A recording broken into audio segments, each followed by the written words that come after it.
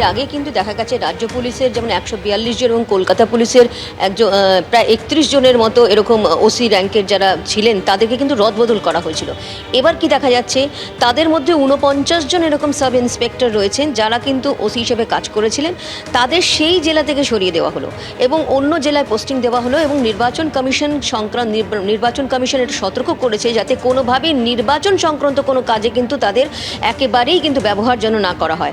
অন্যদিকে যে 81 জন ইন্সপেক্টর রয়েছে তাদের কিন্তু থানা থেকে একদম বাইরে অন্য জায়গায় পোস্টিং দেওয়া হলো। যদিও ভিআইপি মুভমেন্টের কাজে তাদের ব্যবহার করা যেতে পারে, কিন্তু পুলিশেরই ঊর্ধ্বতন কর্তৃপক্ষকে সতর্ক করলো নির্বাচন কমিশন কোনোভাবেই যাতে নির্বাচনের কাজে তাদের ব্যবহার না করা হয়। দেখো, জানিয়ে রাখি যে নির্বাচন কমিশনের কাছে কিন্তু একাধিক অভিযোগ বিরোধীদের তরফ থেকে দেওয়া হয়েছিল এবং সেক্ষেত্রে অবশ্যই বিজেপি বারবারই কিন্তু অভিযোগ করেছিল যে একদম নিচুতলা থেকে উপরতলা পর্যন্ত যে পুলিশ আধিকারিকরা রয়েছেন, পুলিশ অফিসাররা রয়েছেন, তারা কিন্তু পক্ষপাতদুষ্ট।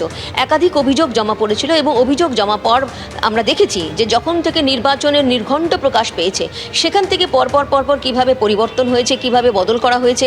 এবং কিছুদিন আগেও যেটা ওসির কথা বলছিলাম, 142 জন এবং কলকাতার ক্ষেত্রে 31 জনের মধ্যে রদবদল করা হয়েছিল।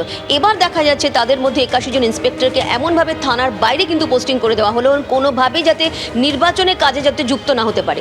এবং 49 জন এরকম সাব ইন্সপেক্টর রয়েছে তাদেরকেও কিন্তু বাইরে রাখা হলো এবং যাতে অন্য জেলায় পোস্টিং করা হলো, কোনোভাবে যাতে নির্বাচনের কাজে যাতে ব্যবহার না করা হয় সেইভাবেও কিন্তু সতর্ক করলো একদম পুলিশের যে ঊর্ধ্বতন কর্তৃপক্ষ, তাদেরকে সতর্ক করলো নির্বাচন কমিশন। অর্থাৎ আর কয়েকদিনের মধ্যে, আর কিছুদিনের মধ্যেই কিন্তু দেখা যাবে যে 23 এবং 29 এপ্রিল একটা খুবই হাই প্রোফাইল একটা সমস্ত জায়গায় রয়েছে নির্বাচন রয়েছে। এবং তার মধ্যে জানিয়ে রাখি একেবারে সেকেন্ড ফেজের যে নির্বাচন, সেক্ষেত্রে যে নমিনেশন পর্ব সেটা কিন্তু একেবারে 9 তারিখে কিন্তু শেষ হয়ে গেছে এবং সেক্ষেত্রে ফ্রিজও হয়ে গেছে। এবং অন্যদিকে জানিয়ে রাখি আজকেই কিন্তু মুখ্য নির্বাচনী আধিকারিক একদম জেলা সফরে গেছেন।